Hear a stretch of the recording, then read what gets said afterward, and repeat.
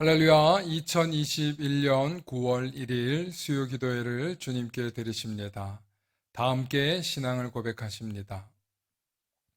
전능하사 천지를 만드신 하나님 아버지를 내가 믿사오며 그 외아들 우리 주 예수 그리스도를 믿사오니 이는 성령으로 잉태하사 동정녀 마리아에게 나시고 본디오 빌라도에게 고난을 받으사 십자가에 못 박혀 죽으시고 장사한 지 사흘 만에 죽은 자 가운데서 다시 살아나시며 하늘에 오르사 전능하신 하나님 우편에 앉아 계시다가 저리로서 산자와 죽은 자를 심판하러 오시리라. 성령을 믿사오며 거룩한 공예와 성도가 서로 교통하는 것과 죄를 사하여 주시는 것과 몸이 다시 사는 것과 영원히 사는 것을 믿사옵나이다. 아멘. 이어서 찬송가 225장과 226장 찬양 드리십니다.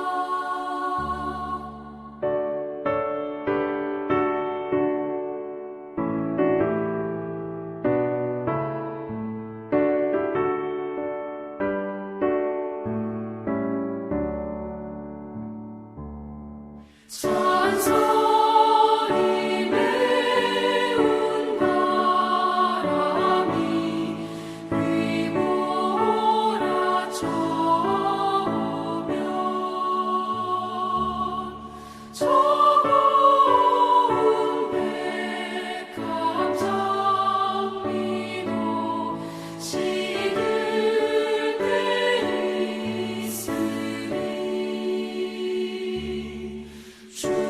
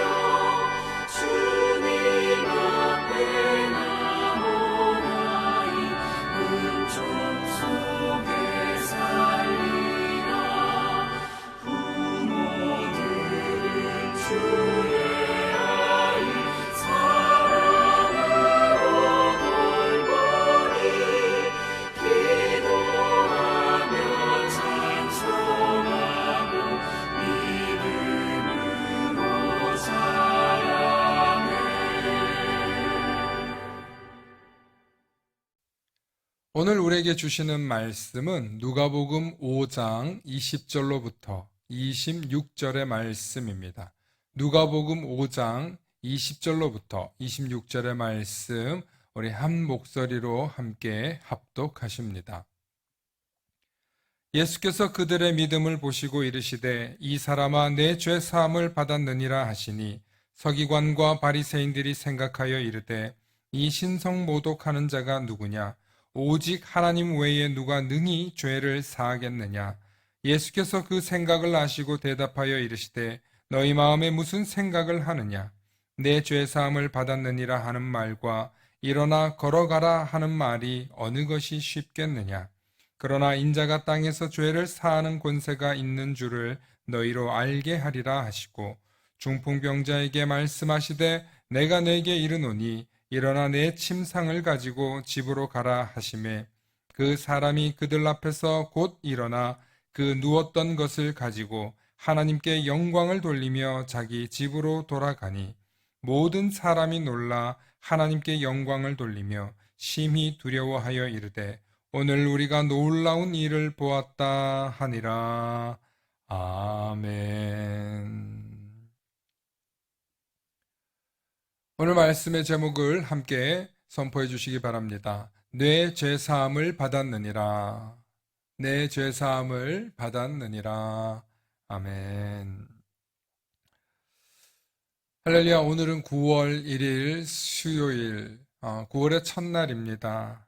우리 9월의 첫날 수요 기도회로 하나님께 영광 돌리게 된 것을 무한히 감사하며 이 시간 하나님께 영광 돌리는 마음으로 이 시간 함께 자리하시길 소망합니다.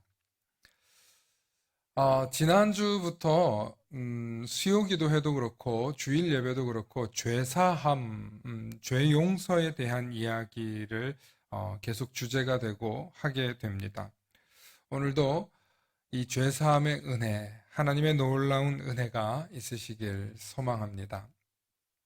지난주 수요일 날 예수님을 감동시킨 놀라운 사람들이 나왔습니다. 바로 한 중풍병자가 등장하는데 이 사람이 예수님께 나아가길 바라고 왔지만 도저히 갈 길이 없는 거예요. 그래서 지붕 뚫고 병 고침을 받고 이렇게 지붕 뚫고 병 고침을 받게 한 사람들의 이야기가 나오죠.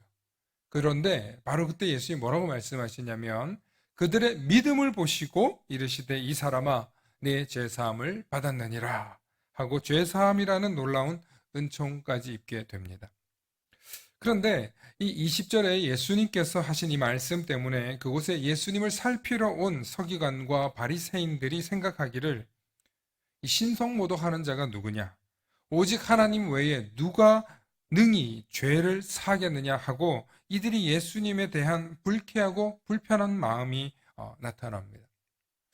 하지만 그들이 당장 어떤 조치를 취하지는 않아요. 그런데 예수님께서 그들의 생각을 아시고 이렇게 말씀하십니다.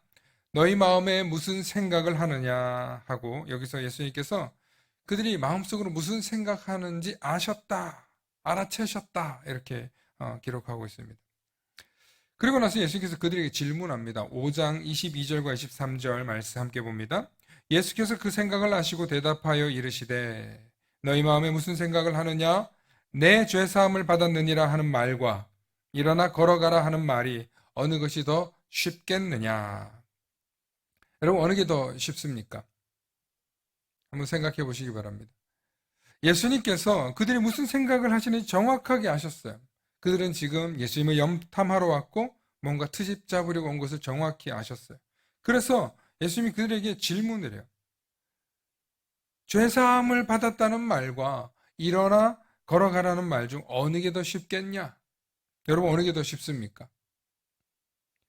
죄사함은 눈에 보이는 결과가 아닙니다. 그런데 이 중풍병 환자가 일어나 걸어가는 것은 눈에 보이는 당장에 눈에 보이는 현상이고 또 기적입니다. 한마디로 웬만한 명의가 아니고서는 이 약 먹으면 잠시 후에 일어나서 집으로 걸어갑니다 라고 말할 수 있는 그런 말이 아니라는 뜻이죠. 그러니까 웬만한 명의가 아니면 자신 있게 말하기 어렵다는 거예요. 그런데 예수님께서 이렇게 말씀하신 거예요. 하지만 서기관과 바리새인들은 그런 치유의 능력이 없죠. 그들은 영탐하러 온 게 다니까. 그래서 예수님께서 그들의 모순과 문제점을 정확하게 꿰뚫고 질문하신 거예요. 두 번째로 예수님께서 이렇게 질문하신 또 다른 이유는 뭐냐면, 아까 웬만한 명의가 아니고는 이 약을 먹으면 잠시 후에 나 이런 얘기를 했지 않습니까? 우리 예수님께서 이런 치유의 사건은 아무나 할 수 있는 게 아니라는 거죠. 그래서 근본적인 치유가 무엇인지 아셨기 때문에 예수님께서는 몸의 병 치유보다 그 마음의, 영혼의 치유도 함께 말씀해 주셨다는 거예요. 즉, 우리 인생의 질병의 문제, 우리가 더욱더 뿌리 깊은 죄의 문제, 질병의 문제, 이런 모든 것의 근원이 죄에 있다는 것을 예수님께서는 우리에게 말씀해 주고 있는 거예요. 인간은 모두 연약하고 자신 앞에 닥칠 문제를 어떻게 극복해야 할지를 모르는 존재예요. 아무리 열심히 살아도, 아무리 열정을 갖고 살아도 자신의 문제를 다 해결할 수 있는 사람은 한 사람도 없습니다. 근본적으로 우리의 문제는 원인조차 파악하지 못할 때가 더 많이 있다는 것입니다.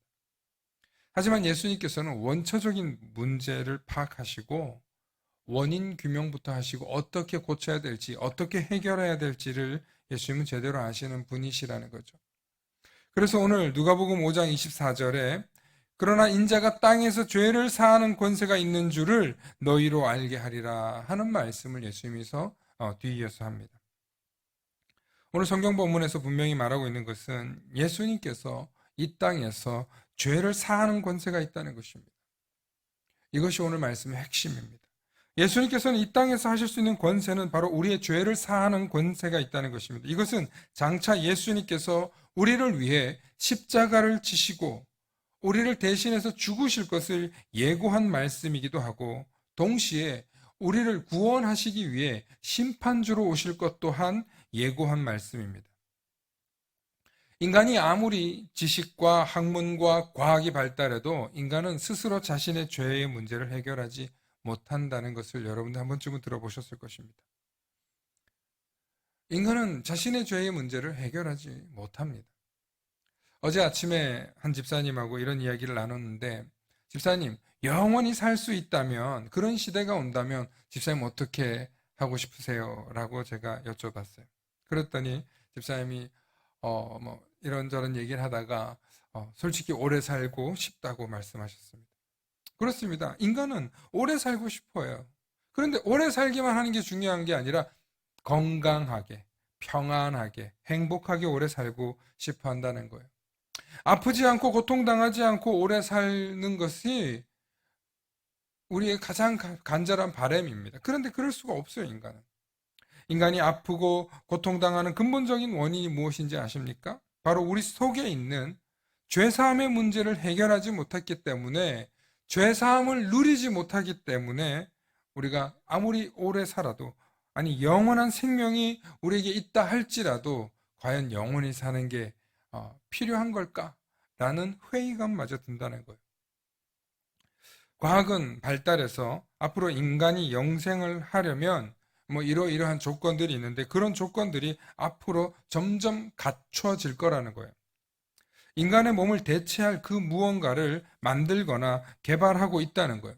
그래서 어쩌면 영원히 살 수 있는 시대는 올 수 있을지도 모릅니다.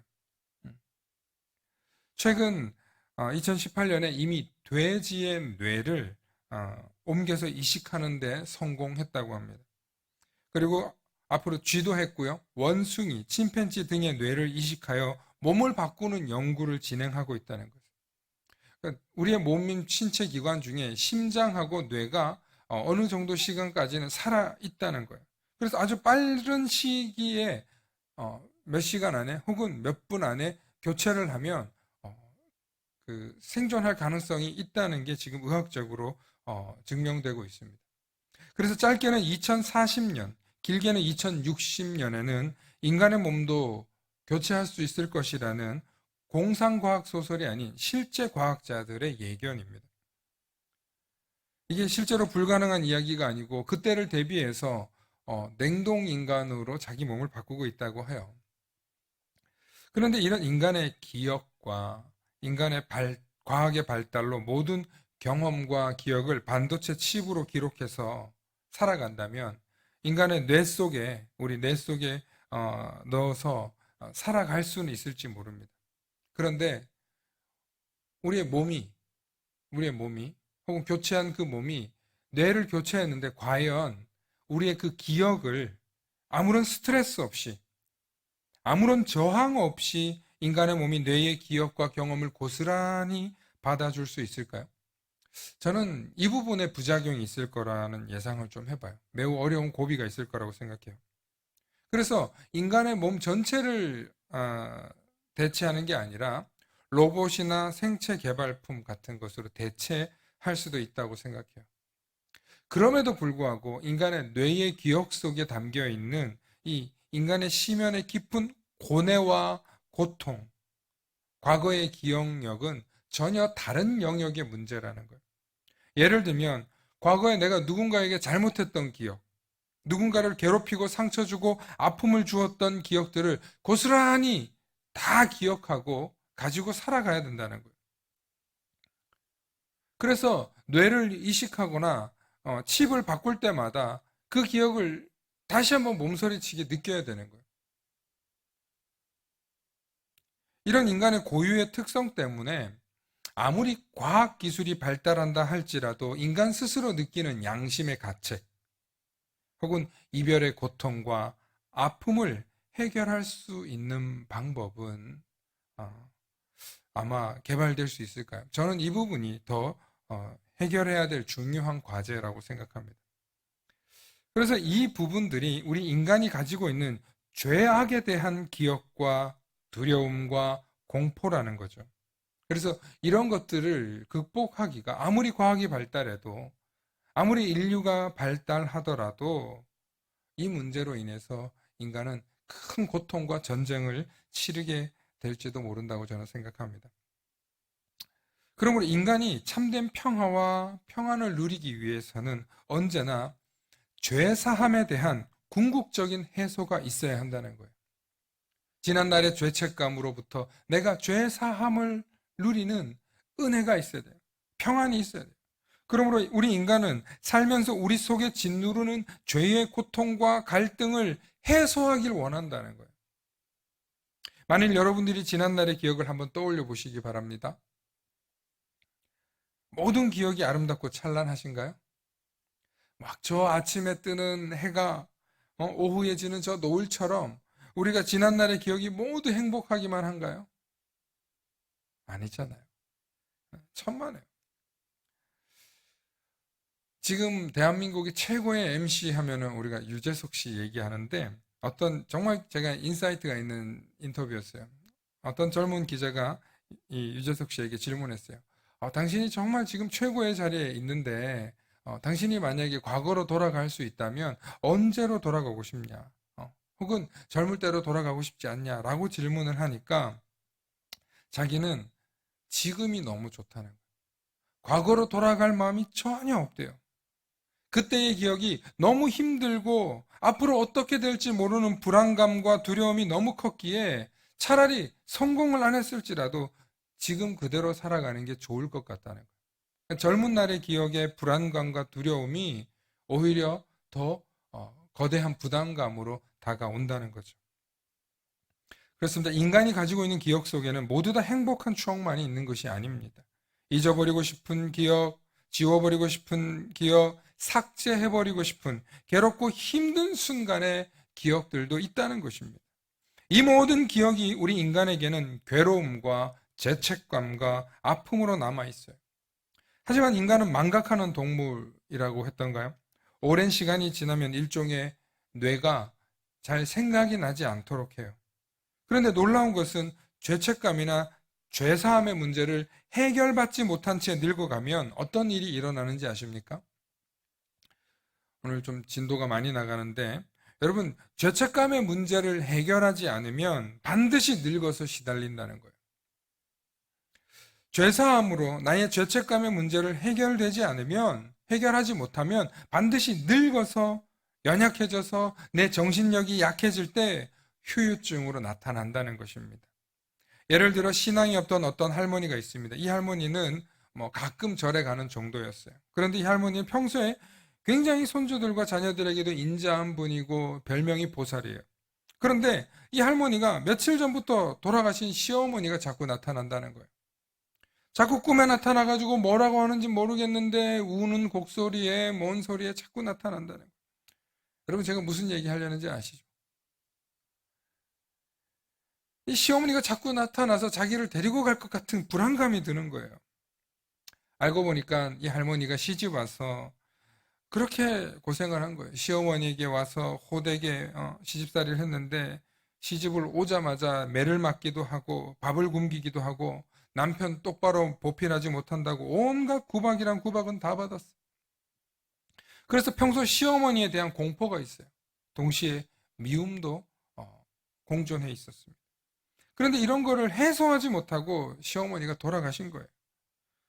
다행히 시어머니가 돌아가시고 집안 사정도 좋아지고 뭐 원만하게 잘 살아가는 것 같았어요.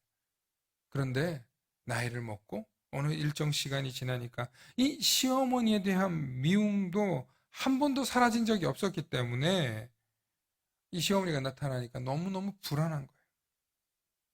결국 이 할머니가 뭘 했을까요? 자식들 불러다 모아놓고 용하다는 무당 불러서 굿을 합니다. 뭐 씻김굿이니 뭐니 하는 그런 굿들을 하는 거예요. 원한이 씻겨나가고 원을 달래는 뭐 이런 굿을 하는 거예요. 이렇게 하면 최소 굿값이 뭐 1,000만 원에서 많게는 1억까지 든다고 해요. 그런데 굿이나 이게 끝나고 나면 그들 대부분 다 굉장히 만족한다는 거예요. 만족할 뿐만 아니라 정말 꿈에서 사라지는 느낌을 경험하신다는 거예요. 이건 실제 얘기예요. 왜 그럴까요? 정말 비싼 값을 치르고 호사스럽게 시어머니를 달래드리고 그리고 내 마음도 죄책감에서 씻겼다고 믿기 때문입니다. 그런데 과연 정말 죄사함을 받은 걸까요? 오늘 예수님께서 우리에게 죄사함을 받았느니라 하신 이 말씀은 이런 원한이나 미움이나 죄책감을 씻어주는 1차원적인 수준이 아니에요. 우리의 근본적인 원초적인 원죄의 문제를 예수님이 해결해 주실 수 있다고 분명하게 말씀하신 것입니다. 오늘 저와 여러분들이 이 세상을 살아가면서 이런 일 저런 일로 아픈 기억들 혹은 용서받지 못하고 용서하지 못한 기억으로 살아가고 계십니까? 여러분, 반드시 그것이 여러분들에게 부작용으로 나타날 수 있습니다. 그런데 정말 예수님을 믿고 예수님을 의지하고 예수님 앞에 나의 모든 죄를 내려놓고 나아갈 때 우리는 예수님께서 나의 죄를 씻어주시는 그 은혜를 체험하게 되어 있는 것입니다. 그래서 예수님 앞에 나오면 나의 모든 죄책감과 두려움과 공포로 가지고 있었던 모든 기억들이 씻겨지는, 사라지는, 그리고 용서함 받는 죄사함의 은혜를 입게 되어 있는 것입니다. 그러므로 오늘 저와 여러분들은 오직 예수 그리스도만이 나의 죄를 씻어주실 유일한 분이심을 믿어 의심치 않게 해달라고 간구하시고 이 시간 주님만을 의지하시며 주님, 나의 죄를 용서해 주시옵소서. 주님의 십자가 아래 나의 죄를 고백합니다. 나의 모든 연약함과 나의 모든 죄책감을 주님 앞에 내려놓습니다. 용서하여 주시옵소서 하고 간구하며 기도하며 주님의 죄사함이, 주님께서 주시는 죄사함과 평안함이 여러분들 가운데, 그리고 여러분들 가정 가운데 넘쳐나시길 소망합니다. 이 시간 함께 기도합니다.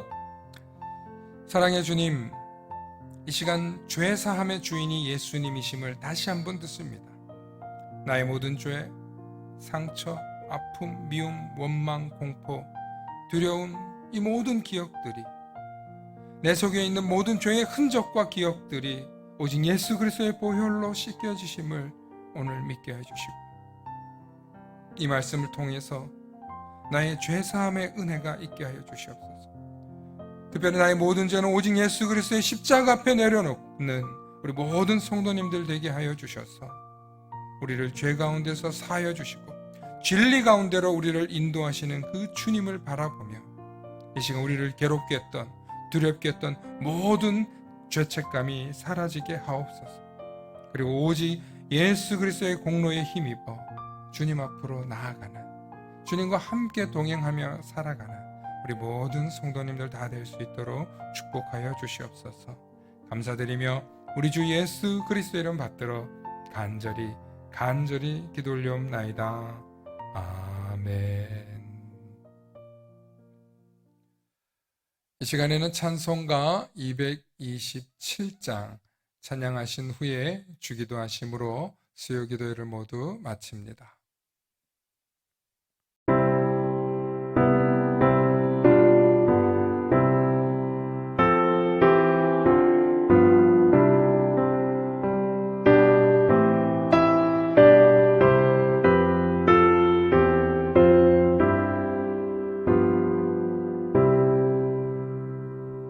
주 앞에 성찬 받기 위하여 이 죄인 감히 나옵니다. 주 공로 믿고 떨며 나오니 내 죄를 용서하여 주소서. 죄길로 나가 방황했으나 주 앞에 감히 돌아옵니다. 자녀될 자격 내게 없어도 주 나를 용납하여 주소서. 한 번만 주의 음성 들어도 그 말씀 내게 능력 되어서 이 세상 마귀 유혹 이기고 원수의 비방받게 됩니다.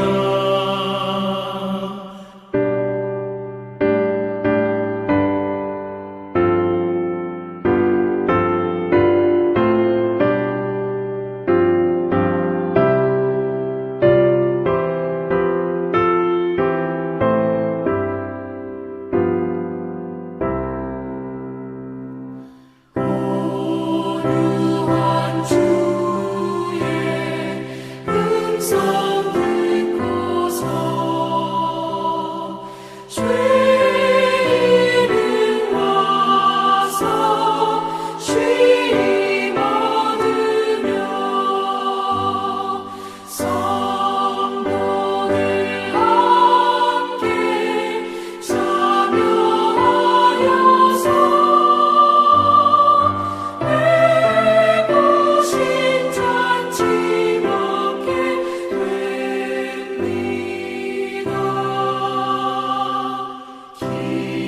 기도와 찬송 주께 드리고 주님의 떡과 잔을 받으니 내 맘에 주여 들어오셔서 주 말씀 따라 살게 하소서. 아멘.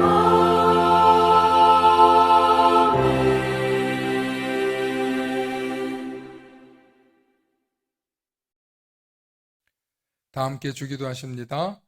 하늘에 계신 우리 아버지여, 이름이 거룩히 여김을 받으시오며 나라가 임하옵시며 뜻이 하늘에서 이루어진 것 같이 땅에서도 이루어지이다. 오늘 우리에게 일용할 양식을 주시옵고 우리가 우리에게 죄 지은 자를 사하여 준 것 같이 우리 죄를 사하여 주시옵고 우리를 시험에 들게 하지 마시옵고 다만 악에서 구하옵소서. 나라와 권세와 영광이 아버지께 영원히 있사옵나이다. 아멘.